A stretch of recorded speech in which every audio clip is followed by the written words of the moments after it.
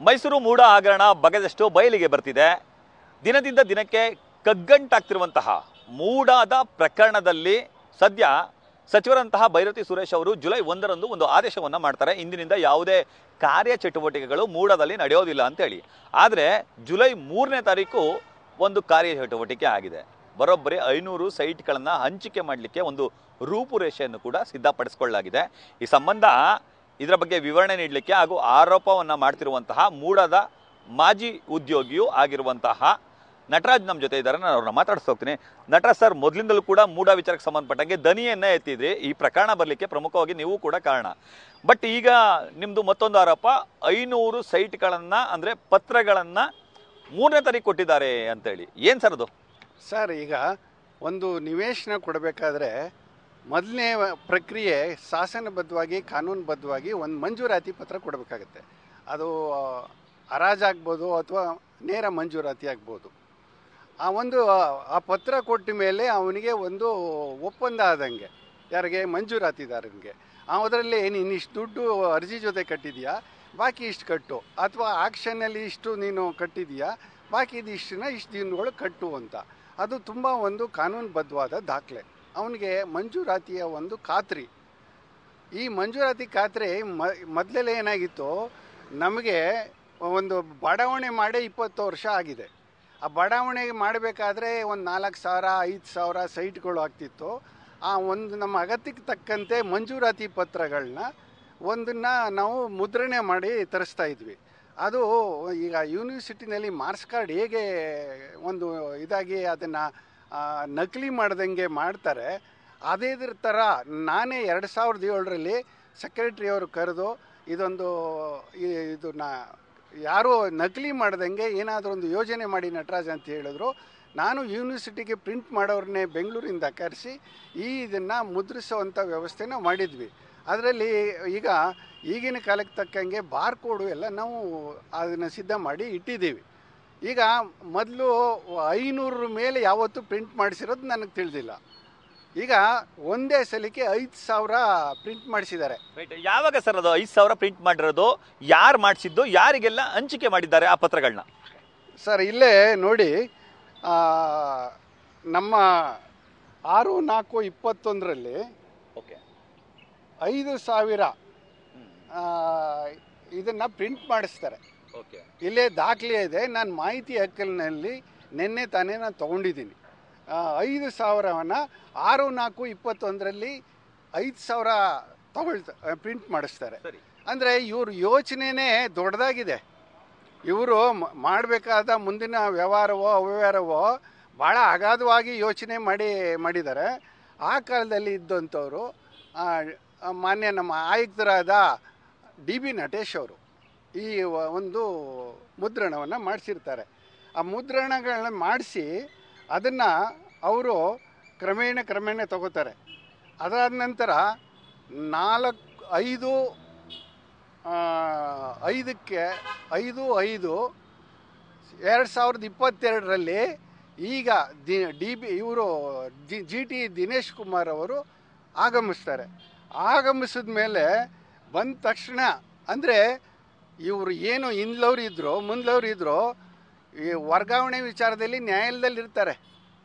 ಆದರೆ ಕಡ್ಡಾಯವಾಗಿ ಬರುವಾಗ ರಾಜಿ ಆಗಿಬಿಟ್ಟು ಬಂದ 10 ದಿವಸಕ್ಕೆ 500 ಪೇಪರ್ ತಗೋತಾರೆ. 500 ಪೇಪರ್.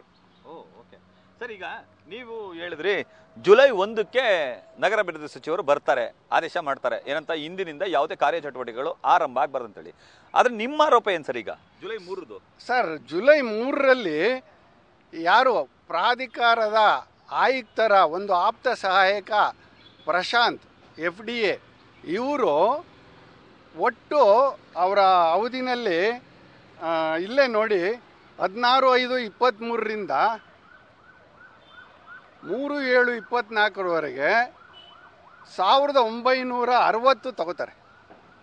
ಯಾರು? ಈ PA. ಅಂದರೆ ಈ PA ಏನು ಅಂತಂದರೆ, PA ಕೆಲಸ ಏನು ಅಂತಂದರೆ ಆಯುಕ್ತರಿಗೆ ಅಸಿಸ್ಟ್ ಮಾಡೋದು. ಅವ್ರಿಗೆ ಏನು ಕಡತಗಳು ಬರುತ್ತೆ, ಎಲ್ಲಿ ಕಳಿಸ್ಬೇಕು, ಅದ್ರದ್ದು ಸಹಾಯಕರಾಗಿ ಕೆಲಸ ಮಾಡೋದು. ಅವ್ರಿಗೆ ಈ ಮಂಜೂರಾತಿ ಆಗಲಿ ಇದಾಗಲಿ ಯಾವುದೇ ರೀತಿ ಅಧಿಕಾರನೂ ಇಲ್ಲ. ಅವನ್ನ ಕಾರ್ಯವ್ಯಾಪ್ತಿ ಅಲ್ಲ. ಆದ್ರೂ ಸಹ ಮೌಖಿಕವಾಗಿ ಆ ಸ್ಟೋರ್ ಕೀಪರ್ನ ಕರೆದು ಅವ್ರಿಗೆ ತಾಕೀತು ಮಾಡಿ ಇವರಿಗೆ 1960 ಕೊಟ್ಟಿದ್ದಾರೆ. 9/5/2024ರಿಂದ 3/7/24ವರೆಗೆ 1 ತಿಂಗಳು 24 ದಿವಸದಲ್ಲಿ 1200 ಪತ್ರಗಳನ್ನ, ಮಂಜೂರಾತಿ ಖಾಲಿ ಪತ್ರಗಳನ್ನ ಈ ವ್ಯಕ್ತಿ ಒಬ್ಬರೇ ತಗೊಂಡಿದ್ದಾರೆ. ಜಸ್ಟ್ 1 ಮಂತ್ 24 ಒಂದು 54 ದಿವಸದಲ್ಲಿ 1200 ತಗೊಂಡಿದ್ದಾರೆ. ನೀವು ಕೇಳ್ತಾ ಇರೋದು 3/7/500 ಹೌದು. 1ನೇ ತಾರೀಕು ಆಯುಕ್ತರು ಬರ್ತಾರೆ, ಅವತ್ತು ರಾತ್ರಿನೇ ಅವ್ರನ್ನ ವರ್ಗಾವಣೆ ಮಾಡ್ತಾರೆ. ವರ್ಗಾವಣೆ ಮಾಡಿದ ಮೇಲೆ 3ನೇ ತಾರೀಕು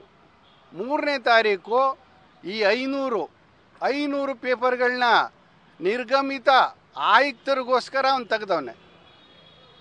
ಇದನ್ನ ನೀವು ಸರಿ ಅಂತೀರಾ ಸರ್? ಇಲ್ಲ ಅಲ್ವಾ? ಇದು ತನಿಖೆ ಆಗಬೇಕಲ್ವಾ? ಈ ಕೂಡಲೇ ಹೊಸ ಆಯುಕ್ತರನ್ನ ಕೋರ್ಕೊಳ್ಳೋದೇನಂತಂದರೆ ಕೂಡಲೇ ಇದನ್ನೇ FIR ಮಾಡಿಸಿ. ಇಲ್ಲಿ ನಂಬರ್ಗಳು ಸಹ ಇದೆ. 14,342ರಿಂದ 14,842 ಈ ಪತ್ರಗಳು ಕಾನೂನುಬದ್ಧ ಪತ್ರಗಳು. ಇದು ಹೊರಗಡೆ ಹೋದರೆ ಆಫೀಸ್ ಕಚೇರಿಯಿಂದ ಆಚೆ ಹೋಗಬಾರ್ದು. ಏನಿದ್ರು ಟಪಾಲ್ ಮೂಲಕ ಅಥವಾ ವ್ಯಕ್ತಿ ಯಾರು ಅಲಾಟ್ ಇರ್ತಾನೆ ಅವ್ನು ಬಂದು ಅಲ್ಲಿ ಸೈನ್ ಮಾಡಿ ತಗೋಬೇಕು. ಈ ಎಲ್ಲ ಪತ್ರಗಳು ಖಾಲಿ ಪತ್ರಗಳು, ಮಂಜೂರಾತಿ ಖಾಲಿ ಪತ್ರಗಳು. ಅಂದರೆ ಇವರು ಟ್ರಾನ್ಸ್ಫರ್ ಆದ್ರೂ ಸಹ ಯಾವ ಭರವಸೆ ಮೇಲೆ 500ನ ತಗೊಂಡೋದ್ರು. ಈಗ ತಹಸೀಲ್ದಾರ್ಗಳು ಇವರೆಲ್ಲ ತಗೊಂಡಿದ್ದಾರೆ, ಅವ್ರಿಗೂ ಅಧಿಕಾರ ಎಲ್ಲ ತಗೊಂಡಿದ್ದಾರೆ. ಈಗ ಅವ್ರನ್ನ ಲೆಕ್ಕ ಕೇಳ್ಬೋದು. ಇವ್ರ ಹತ್ರ ಹೆಂಗೆ ಲೆಕ್ಕ ಕೇಳ್ತೀರಿ? ಈಗ ಕೇಳೋದೇನಿದ್ರು ಈ ಪ್ರಶಾಂತನ ಒಂದು ಕಾನೂನು FIR ಮಾಡಿಸ್ಬೇಕು. ಬಟ್ ಪ್ರೆಸೆಂಟ್ ಪ್ರಶಾಂತ್ ಕೆಲಸ ಮಾಡ್ತಿದ್ದಾರೆ ಸರ್ ಮೂಡಾದಲ್ಲಿ. ಹೌದು, ಅದೇ ಜಾಗದಲ್ಲಿದ್ದಾರೆ.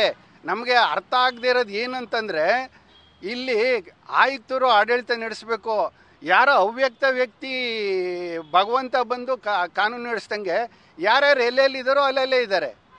ಅಂದ್ರೆ ಈ ಪ್ರಶಾಂತ್ ಅವರು ಪ್ರಭಾವಕ್ಕೊಳಗಾಗಿ ಮಾಡ್ತಿದ್ದಾರೆ ಅಂತ. ಹೌದು, ಎದುರುಕೊಂಡು ಮಾಡಿರೋದು ಕೆಲಸ. ಆತರ ಯಾರು ಪ್ರಶಾಂತ್? ಯಾರು ಪ್ರಭಾವ ಇರ್ಬೋದು?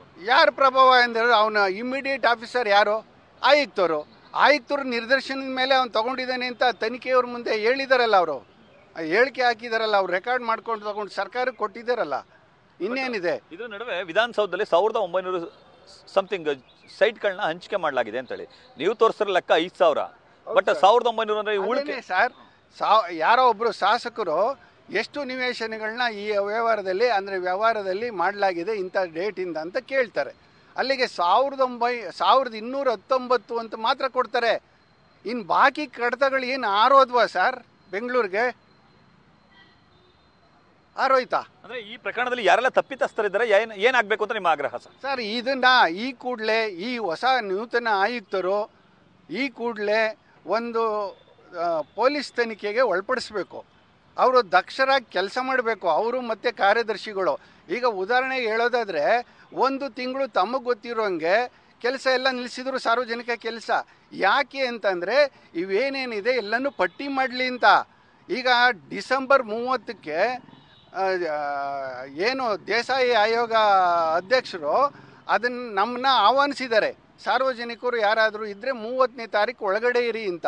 ಇವ್ರಿಗೆ ಮಾಹಿತಿನೇ ಕೊಡದೆ ಹೋದರೆ ನಾನು ಹೇಳಿಕೆ ಕೊಡೋಕ್ಕೆ ತಯಾರಿದ್ದೀನಿ ಅಂತ ನಾನು ಬರೀ ಖಾಲಿ ಪೇಪರಲ್ಲಿ ಕೊಡಲಾ? ಯಾಕೆ ಇವ್ರು ಇನ್ನೂ ಸಿದ್ಧಪಡಿಸಿಲ್ಲ? 1 ತಿಂಗಳು ಏನು ಮಾಡ್ತೀರಿ? ಬಾಕೊಂಡು ಮೊಬೈಲ್ ನೋಡ್ತಾ ಕೂತ್ಕೊಳ್ತಾನೆ. ಹೋಗಿ ಮಾತಾಡಿದ್ರೆ ಬರ್ಕೊಡ್ರಿ ಅಂತ ಕೇಳ್ತಾನೆ. ಇದೇನು ಸರ್ ಇದು? ಅಂದರೆ ತನಿಖೆಯ ಹಾದಿಯನ್ನು ತಪ್ಪಿಸ್ತಿದ್ದಾರೆ ಅಂತ ನಿಮ್ಮ ಆರೋಪ ಅಲ್ಲ. ತನಿಖೆ ಹಾದಿನ ವಿಳಂಬ ಮಾಡಿಸ್ತಾ ಇದ್ದಾರೆ. ಇದು ಜನಮಾನಸದಿಂದ ಮರೆಯಾಗಲಿ ಅನ್ನೋ ಯೋಚನೆ ಅವ್ರಿಗಿದೆ. ಆದ್ದರಿಂದ ದಯಮಾಡಿ ತಮ್ಮ ಮಾಧ್ಯಮದವ್ರ ಮೂಲಕ ನಾನು ಕೇಳ್ಕೊತೀನಿ, ಇದನ್ನು ಕೂಡಲೇ FIR ಮಾಡಿಸ್ಬೇಕು. ಧನ್ಯವಾದ. ಇದಿಷ್ಟು ಮೂಡದ ಮಾಜಿ ಉದ್ಯೋಗಿಯು ಹಾಗೂ ಮೂಡದ ಪ್ರಕರಣವನ್ನು ಬಯಲಿಗೆ ಎಳೆದಂತಹ ನಟರಾಜ್ ಅವರ ಆಗ್ರಹದ ನುಡಿಗಳು. ಸದ್ಯ ಮೂಡದಲ್ಲಿ ಹಲವು ಅಧಿಕಾರಿಗಳು ಮರ್ಜಿಗೆ ಒಳಗಾಗಿ ಕೆಲಸವನ್ನು ಮಾಡ್ತಿದ್ದಾರೆ. ಜೊತೆಗೆ ದಾಖಲಾತಿಗಳನ್ನು ಕದ್ದೊಯ್ದಿದ್ದಾರೆ. ಅದಕ್ಕೆ ಸಂಬಂಧಪಟ್ಟಂತೆ ಪೊಲೀಸ್ ಠಾಣೆಯಲ್ಲಿ ದೂರು ದಾಖಲಾಗಬೇಕು ಹಾಗೂ ಸೂಕ್ತ ತನಿಖೆ ಆಗಬೇಕು ಅನ್ನೋದು ಅವರ ಆಗ್ರಹ ಆಗಿದೆ. ಕ್ಯಾಮರಾಮನ್ ವಿನಯ್ ಜೊತೆ Ravi Pandavapura, news first Mysuru. News first ನಿರ್ಭೀತಿಯಿಂದ ನಿಮ್ಮ ಪರವಾಗಿ.